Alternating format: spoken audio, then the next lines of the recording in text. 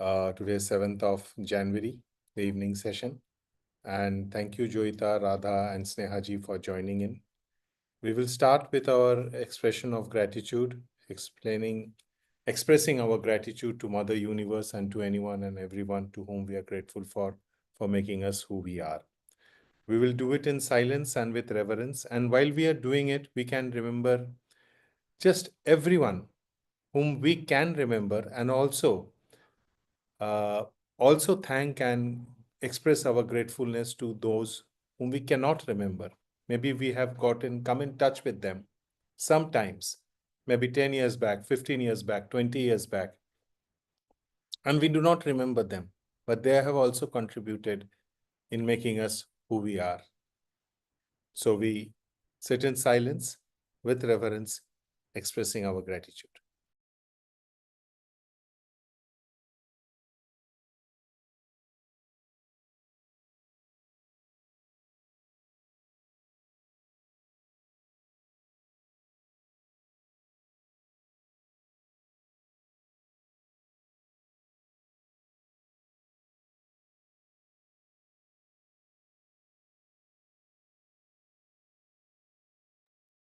Thank you. So we start the practice today with a small, not a story, but something that I would like to share with you. So in one of the Buddhist sutras, it's mentioned that there are four horses, right?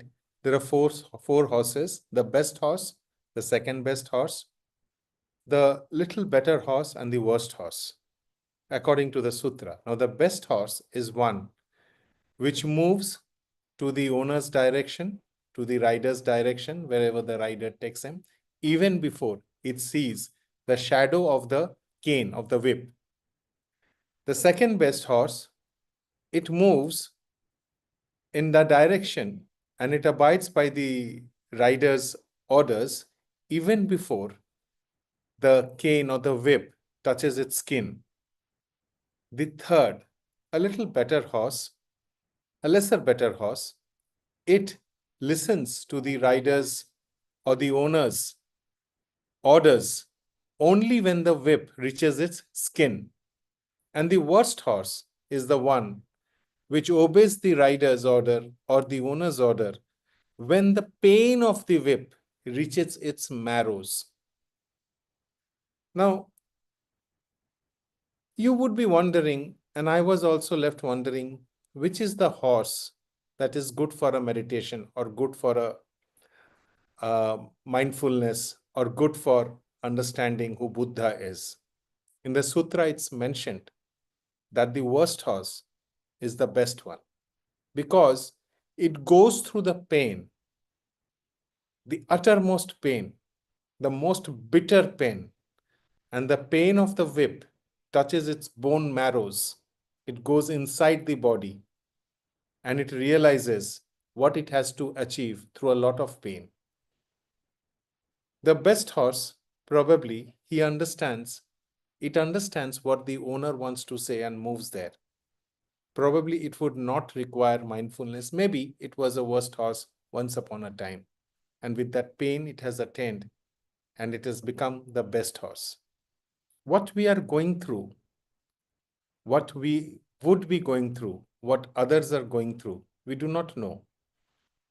We only know that we have to attain something, and the highest currency of what we human beings wants to attain is happiness. So I'll leave the moral of the story as it is, and you may think which is the best horse, which is the worst horse, which is the second best horse, which is a lesser best horse, and where we are at this point of time. Also, I would maybe leave you with a question. What is completeness? Is emptiness the completeness, or the filled up one is the completeness? When we are empty, are we complete, or when we are filled up with something, we are complete? Just a thought to ponder with. Any thoughts that you would want to share, Joita, Radha, and Snehaji? Maybe that can become some wisdom within us We can pick up something from inside us. Maybe some pearls would come out, or maybe not. Emptiness is completeness because we can feel something. If it Hmm. is already full, we can't put anything inside. Hmm. Okay. Okay. Okay. Thank you, Snehaji. Yes, Joita, Radha. So, Any realization? Any thoughts? according to me, uh, both the person who is a giver, to him, emptiness would be a completeness. So, once he starts giving until he completely gives it, that becomes the completeness. And the person who is receiving, to that person, once it is completely filled, that moment is completeness. Okay. Any realizations that comes through our mind or your mind? Anyone who wants to share that emptiness? uh, how does it become complete, or complete, how does it become empty? And it's a cycle, right? Any thoughts around it? Or you may absolutely remain silent, or you might share something. That's perfectly okay. So it is always a cycle. Unless you allow it to empty, you don't, get a chance to get it filled again. So it is always a cycle. Okay. So Bithika, welcome. So my next question is it okay then to suffer a pain when we think that we are not perfect? And in our quest of perfection, how many of us receive the pain of not reaching perfection? What would you say regarding reaching perfection? Say, for example, I would say, let's clean the house today. Let's do a dusting. There is a lot of dust today, and you clean it, right? And when you come back, you say, oh, I've not done the dusting properly. I could have done better. Sometimes we think it that way, right? That we have not done something better. We could have done better. Now, are we paining ourselves, or is it okay to accept of what we have done? Is perfection the ultimate, or what is it? Now, perfection is not the ultimate because we cannot draw any particular line to measure the perfection. So, what I believe, it is a continuous improvement of whatever I would like to reach or my focus is. So, pain gives me that impetus to improve my entire thing in a better way, what I feel. Because Hmm. there is nothing like if I draw a line that yes, I'm perfect, there is no scope to grow more. Hmm. What I think. So for me, there is nothing called extreme. It's always there is a better chance to improve. Okay. And pain actually gives that impetus to grow. Okay. I will just read a line, maybe that would be also be adding. To stop your mind does not mean to stop the activities of mind. It means your mind pervades your whole body. With your full mind, you form the mudra in your hands. What it means says that, you know, uh, any practice, any practice should be without gaining any expectations, without thinking of gaining any expectations of gain, even of enlightenment. This does not mean, however, just to sit down without any purpose. This practice free from gaining ideas, this practice free from gaining ideas is based on the Pragga Paramita Sutra. However, if you are not careful, the sutra itself will give you a gaining idea. It says, form is emptiness and emptiness is form, right? So maybe we can dwell with it later on, or I can share this in the groups where we are together and you can think of it. And I think it's very important if you think is form is emptiness and emptiness is form.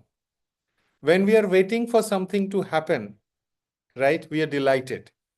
When it happens, what happens to us? Where do the delights, where does the delightment go, or where does the happiness go? We always think, oh, it's happened. Oh my God, now what would happen? Isn't it? Our expectation of getting something very soon becomes despair once we receive it. What next? And it is not wrong. It is not wrong. What next is the quest of human beings for ages and for ages. Just like we think that thinking or overthinking might be bad. Some of the sutras said overthinking is not bad if you accept the overthinking and let it settle down. Just like waves are part of the water and waters actually make waves, so thoughts are very natural waves in the mind. It's a part of our mind. So if we say that too much of waves is bad, then we are actually saying a part of me is bad. Once again, to rethink, let it settle down. Just sit down and let it settle. Once it precipitates, you will get the joy. Maybe you will find the joy of being searching for something and getting it. Right? So I just thought I will share this. We now start with the practice, but before that, any thoughts?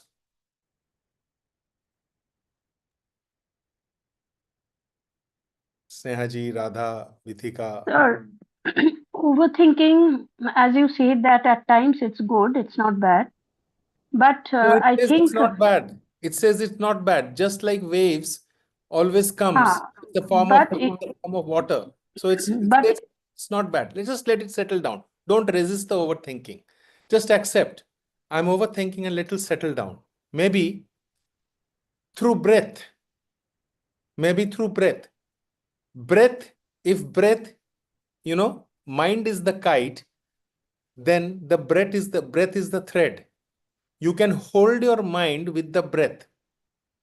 Breath is called the island of self. When Buddha was passing away, his disciples were crying, and Buddha asked them, why are you crying?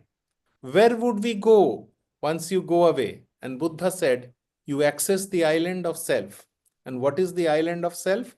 Your breath.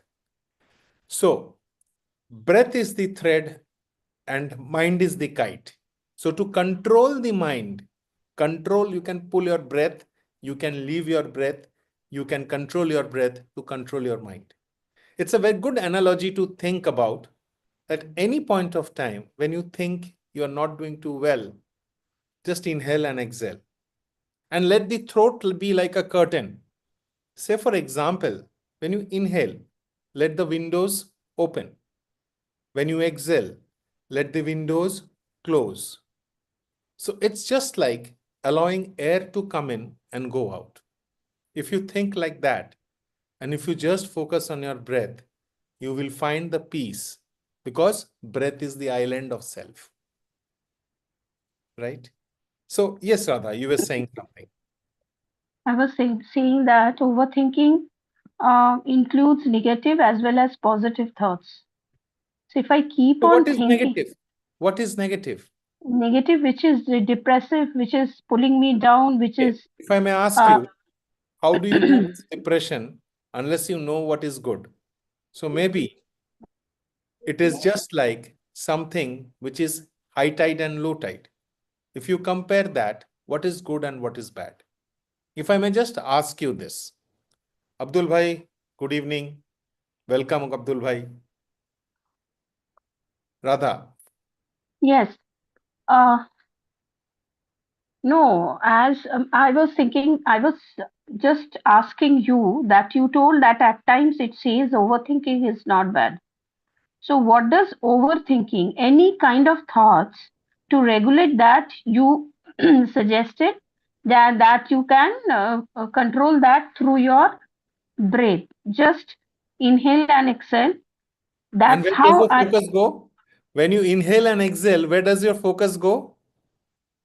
on my breath And where does your thinking go now? vanishes. Does it vanish or does it control? You can try it and you can just On yourself. work it out. Yeah.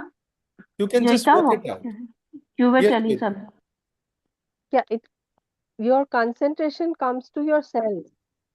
When you Yes, inhale and Self. exhale, Now another question comes, Joyita, what is self? The moment you focus on your breath, can yeah, you, so when you focus on something which is felt or thought, uh, right? So when mm, you focus on your breath, mm, the question is, where does the thought go? So it's not good. It's not bad. It's happening to me. Oh my uh, God, this is happening. I have to do so much. Where is your thought now? Right? Let the curtains of your throat open. Let the curtains of your throat close and see what happens. it is controlled. Yes, let's think. You think of something. Let the waves be there. Tsunami can come. Tsunami can take you through. But when the tsunami subsides, you get everything back. It's said that the ocean never takes something away. It always gives you back. Correct. Right? What does it take away? It does not take away anything. What do you lose? There is a beautiful book, Don't Sweat the Small Stuff, and it's all small stuff. I'm reading Abdul Bhai, that. beautiful book, Vithika. You might wish to read that book. Don't sweat the small stuff, and it's all small. Sneha ji, hai na? Sneha ji, Yes, are you there? yeah, yes, I am there. And do you agree with this? Yes. Okay. We have to be stable Hmm. and just experience everything. Have to be is a pressure, Sneha ji. Okay. Have to be. It's a rule, it's a discipline. Who told you you'll have to be stable? You might be unstable. It's very natural. When you find, you have to travel from here and there, and it suddenly starts raining, it unstables us. And it's okay to accept that, Mm. isn't it? Yes. When Abdul Bhai travels from on Saturday, Friday evening, he travels to Haldia, and in the morning he comes back, and I see him wearing those, woolens to save himself. Right? Just before that, when he steps out of the house, he's unstable, and then he gets stabilized once he gets there. If you resist, you never go inside. Once you go inside, you are inside. Yeah. Say, for example, you are coming from the hot sun, scorching sun, and moving to a freezing cold room. You start shivering. After some time, the shivering stops because you have acclimatized to the temperature.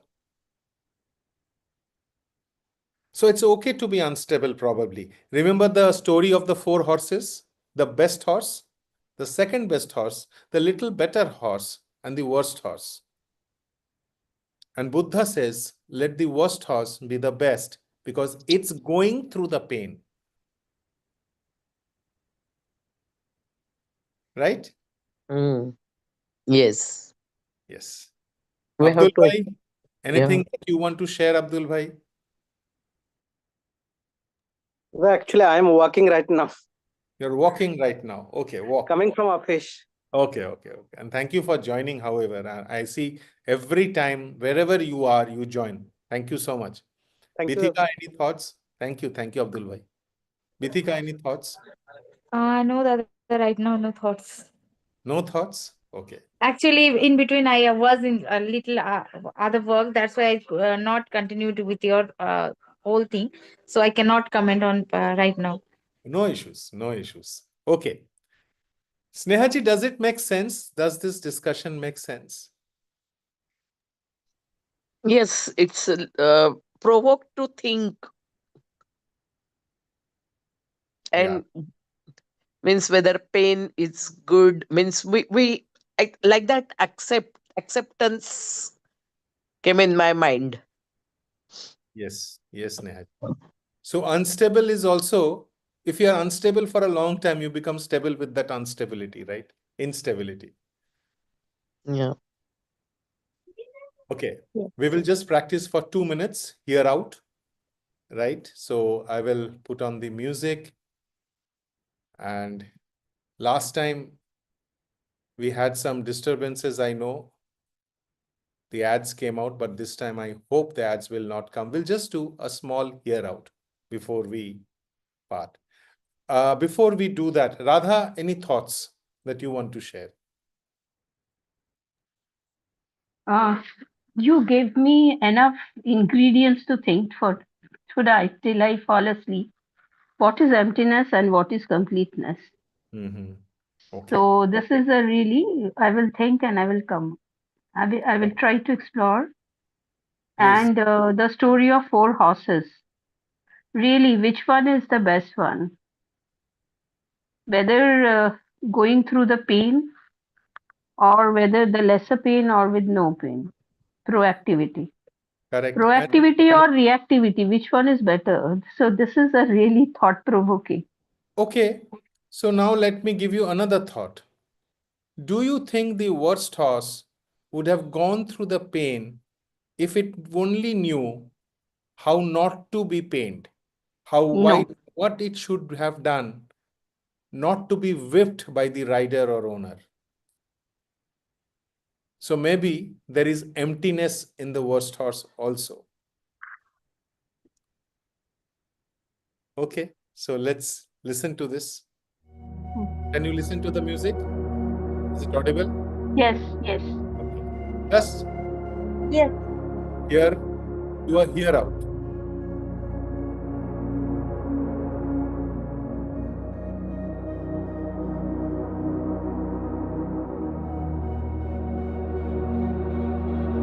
Here out.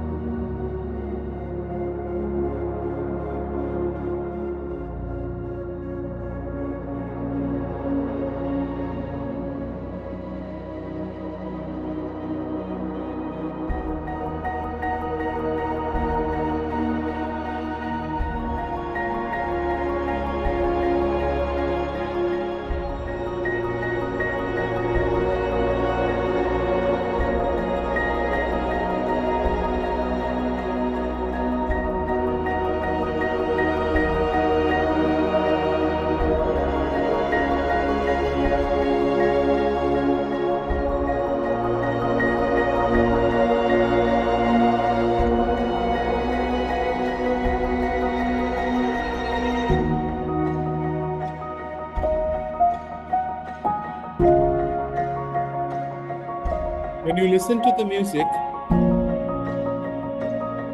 there are quite a few instruments which are being played. Try to differentiate between the music, between the instruments.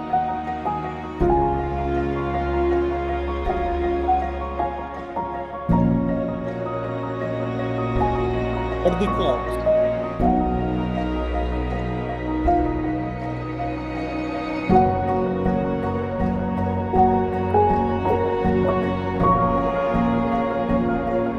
Here out.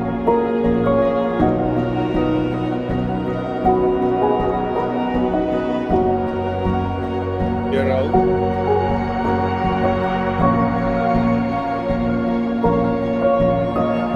Here out. The last two here outs. Here out.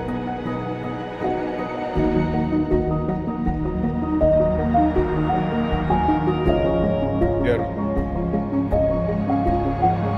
I'll stop the music.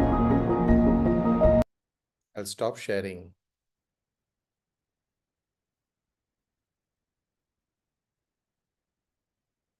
Om Shanti.